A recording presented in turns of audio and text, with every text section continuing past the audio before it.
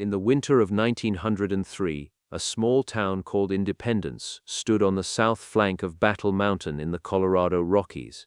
Its houses crowded around two mines that had made the district famous, the Vindicator and the mine that gave the town its name.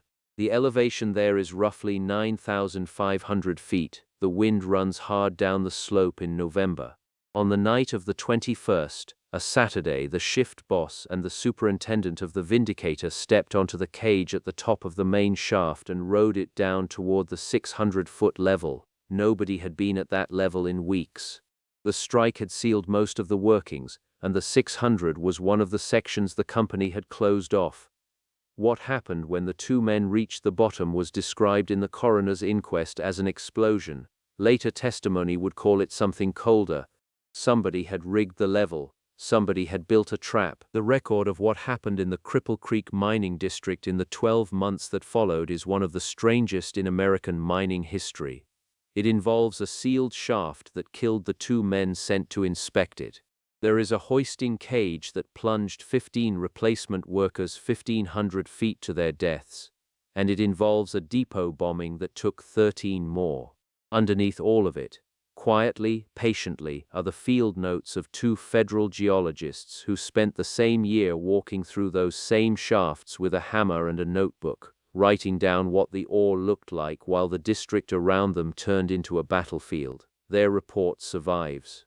So does the ledger of the dead. Cripple Creek in 1903 was already a legend. The district lay on the western flank of Pikes Peak, in what is now Teller County, and it had produced gold at a scale nobody had expected from a place that had been ranch country only 15 years earlier. By the end of the century, the town of Independence alone had roughly 1,500 residents. Its two anchor mines, the Vindicator and Stratton's Independence, employed hundreds of men between them.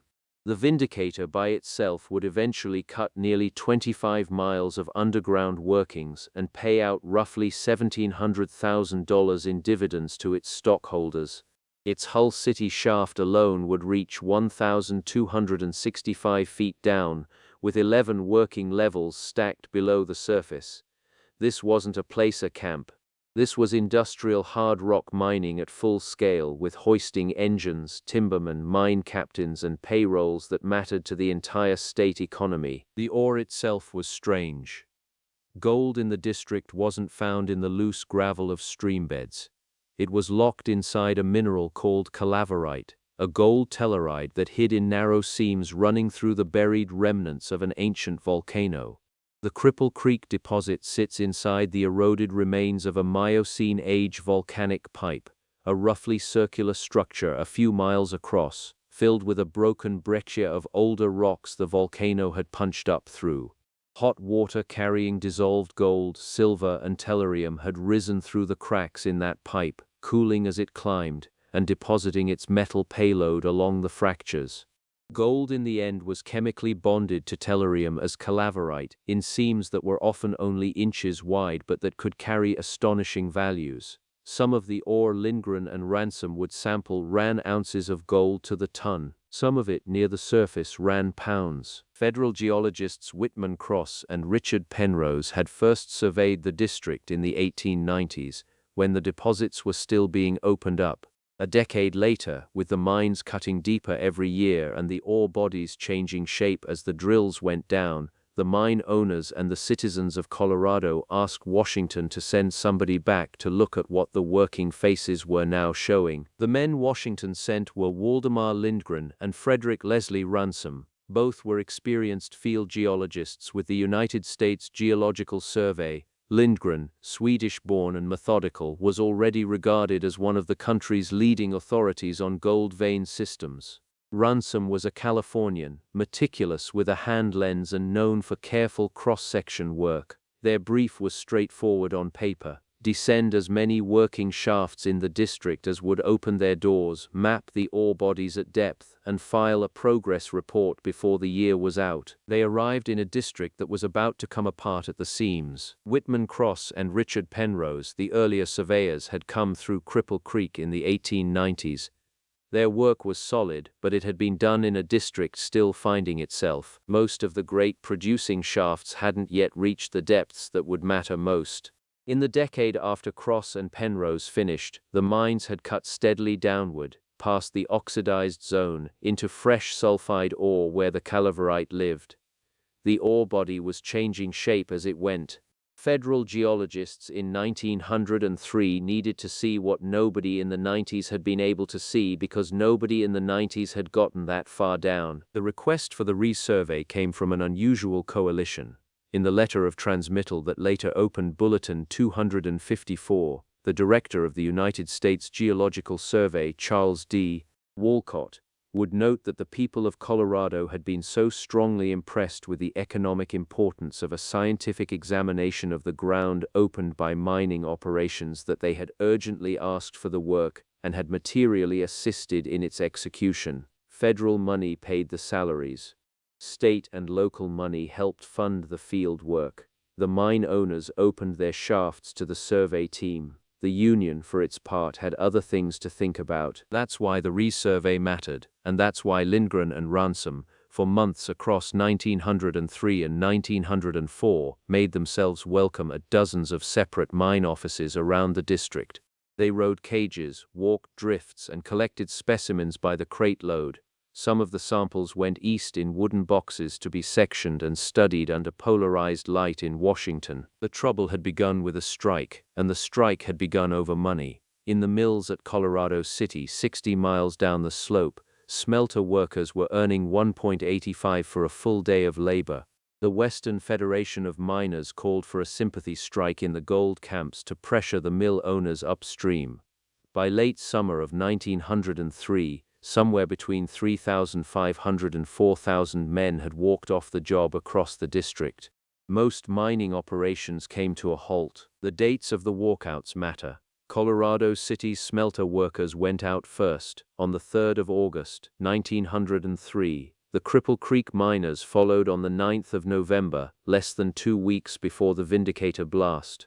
What had begun as a sympathy strike over smelter wages had turned, in 3 months, into a demand for union recognition and an 8-hour working day at the mines themselves. The mine owners saw an existential threat to their labor system. Governor James Peabody saw a public order emergency. The state's Adjutant General Sherman Bell saw a war to be fought, and he moved into the district personally to direct the National Guard occupation. He is on record having said the district had to be treated as if it were in a state of insurrection. That is roughly how the Guard treated it. The Mine Owners Association wasn't prepared to accept the strike.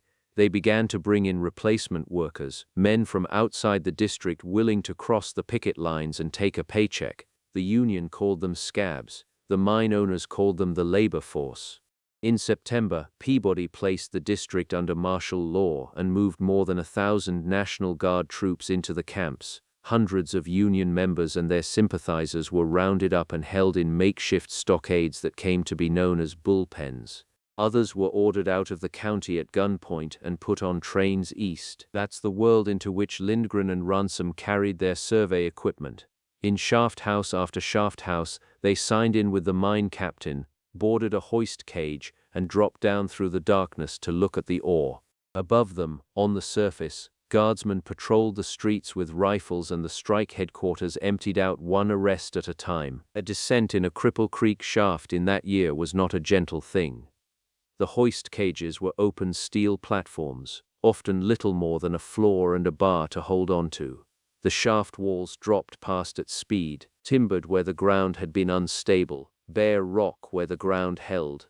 At working levels, the drift openings appeared and disappeared in the flare of a carbide lamp. The air changed as you went down, colder in some mines, hotter and thicker in others. At the bottom, in the mines that pumped water, the sound was pumps. In the mines that were still dry, the sound was picks. Lindgren and Ransome went into those conditions with hand lenses and notebooks, and in Lindgren's case, decades of experience in the gold camps of California and the American West. They knew what they were looking at. There is a further reason the survey mattered. Lindgren himself would later become chief geologist of the United States Geological Survey and then chair of the geology department at the Massachusetts Institute of Technology. Cripple Creek was one of the studies that made his reputation. His method, which he applied here as elsewhere, was to work from the ore body outward, describing what he could see at each level and reasoning back to the geological history that had produced it. Ransome complemented him with cross-section drawing. Together they produced not just a description of what the mines contained, but a theory of how the ore had gotten there in the first place. That theory, which held that the calaverite veins had been deposited by hot mineralized water rising through the fractured volcanic pipe underneath the district, is still, in its broad outline, considered correct today. The Vindicator explosion came on the night of November 21, 1903. The mine's superintendent, Charles H. McCormick, and its shift boss, Melvin H. Beck, rode the cage down to the 600-foot level which the company had sealed off during the strike.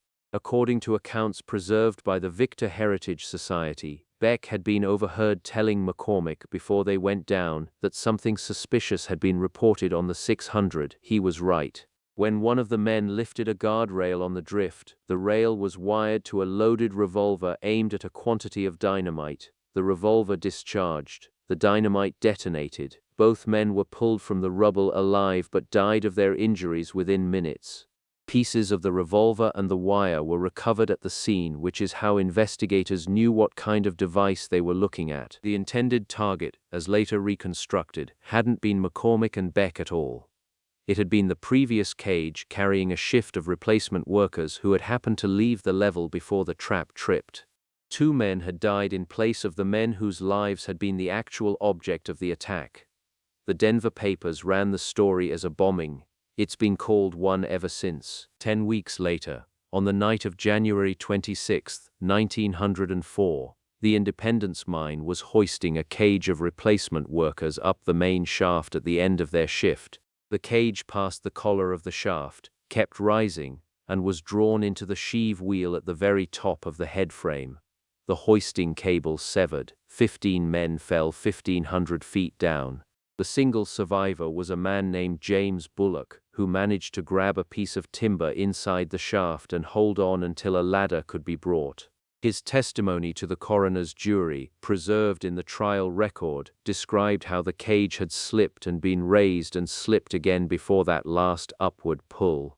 Whether the hoisting engineer had been at fault or whether the shaft guides had been deliberately tampered with was argued for years. Both explanations have serious defenders in the historical literature. What the coroner's inquest established beyond dispute was the simple arithmetic. 15 men had gone up alive, only 1 had come back down alive. The last of the 3 great violences of that year came on the 6th of June, 1904. In the small hours of the morning, an explosive charge estimated at between 150 and 200 pounds of dynamite went off underneath the platform of the Florence and Cripple Creek Railway Depot at the town of Independence, where non-union miners were waiting to board a train at the end of their shift.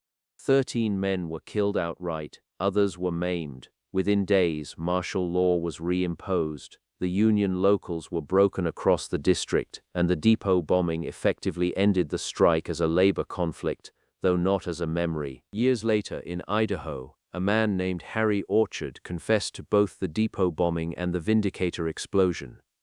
He said he had been paid by leaders of the Western Federation of Miners to carry out both attacks.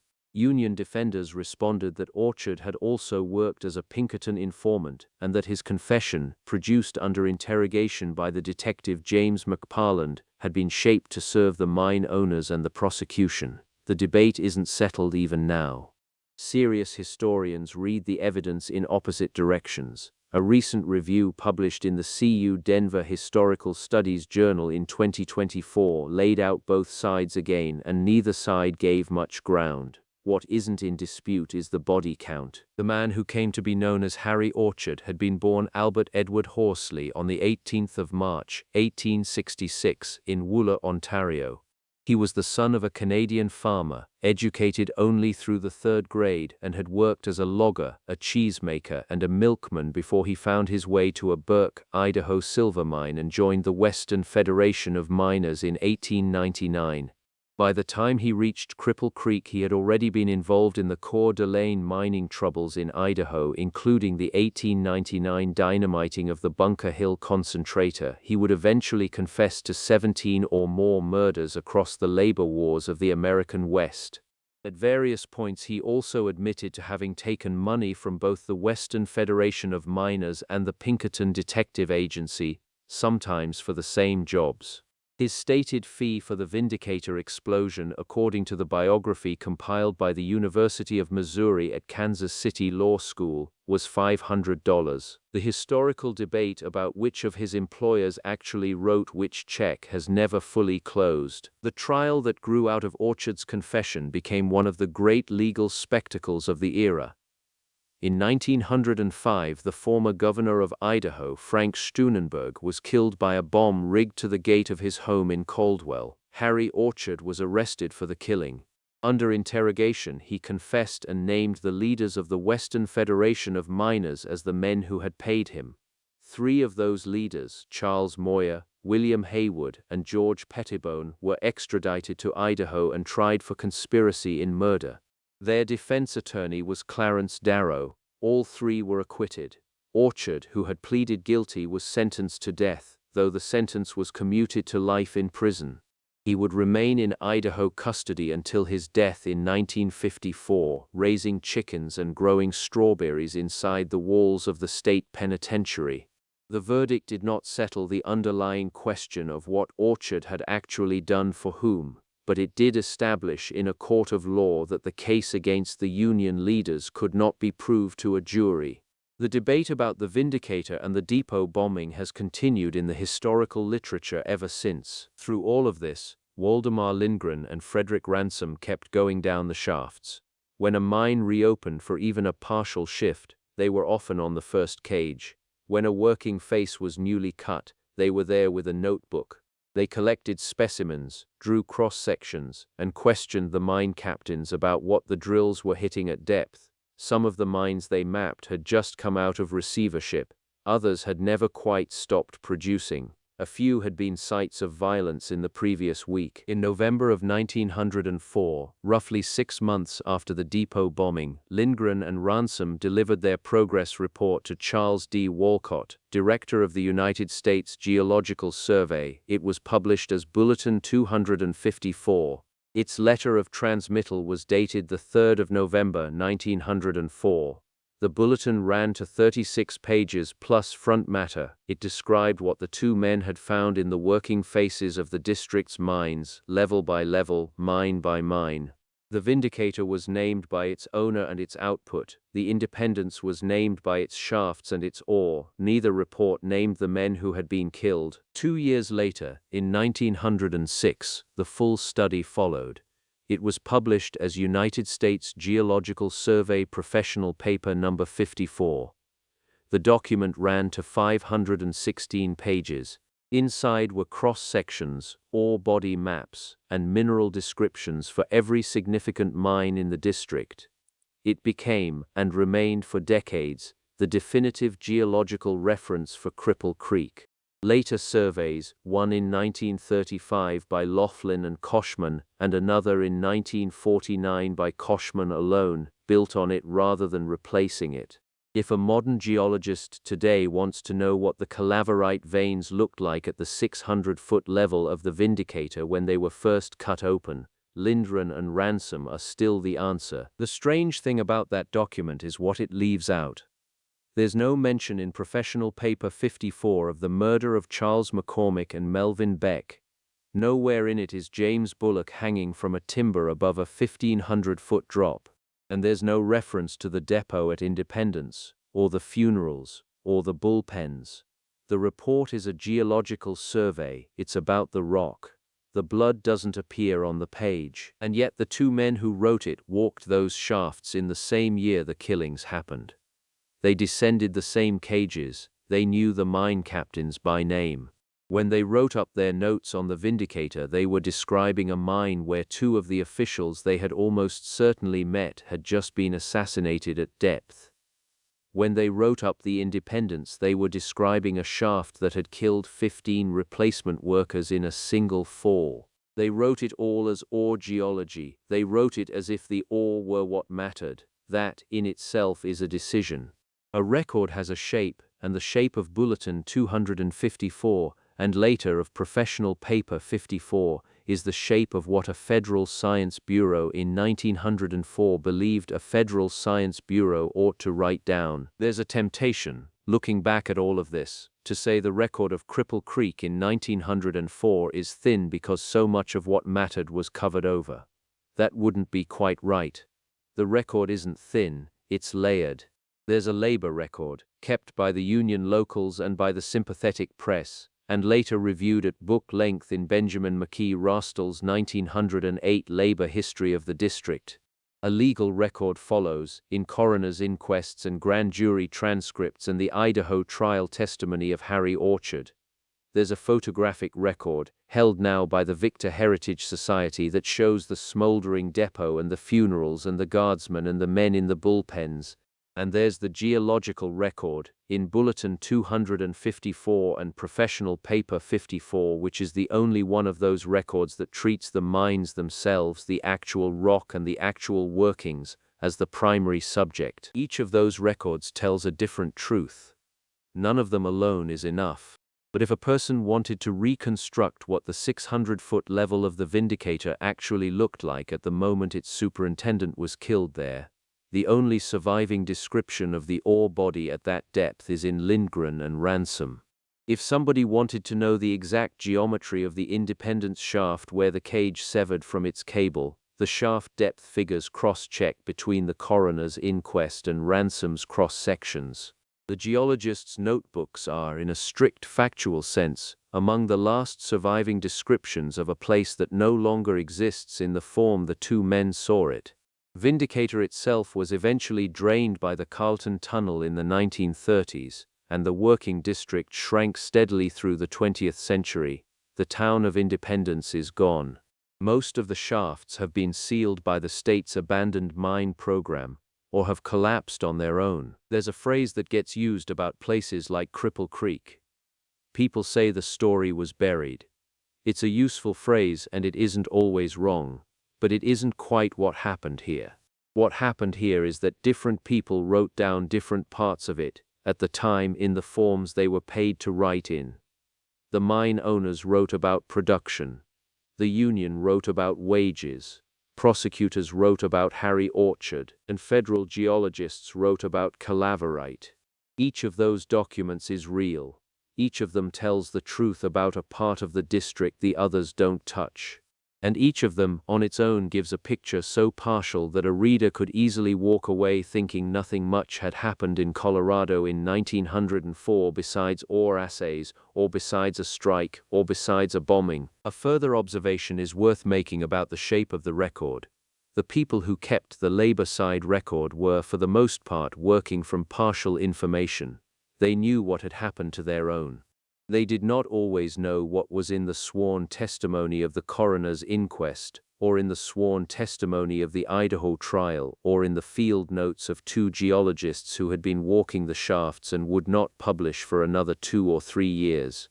The people who kept the prosecution record were also working from partial information. So were the mine owners. So were the geologists. Nobody in 1904 had access to the whole file. Nobody ever does. The record doesn't lie.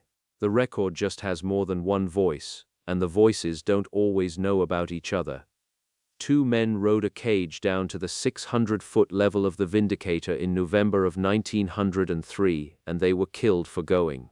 2 other men, Lindgren and Ransome, rode cages down all across the same district in the months that followed, and they lived to write it up. Both of those descents are in the record. Neither is more real than the other. They are just what remains when the mine falls quiet and the shafts get sealed and the archives get filed away and somebody eventually goes back through later and reads them again. That is what history is most of the time. Not a cover-up, not a revelation. A stack of documents written by people who each thought they were writing down the important part and left it to the future to figure out which parts fit together. Sources.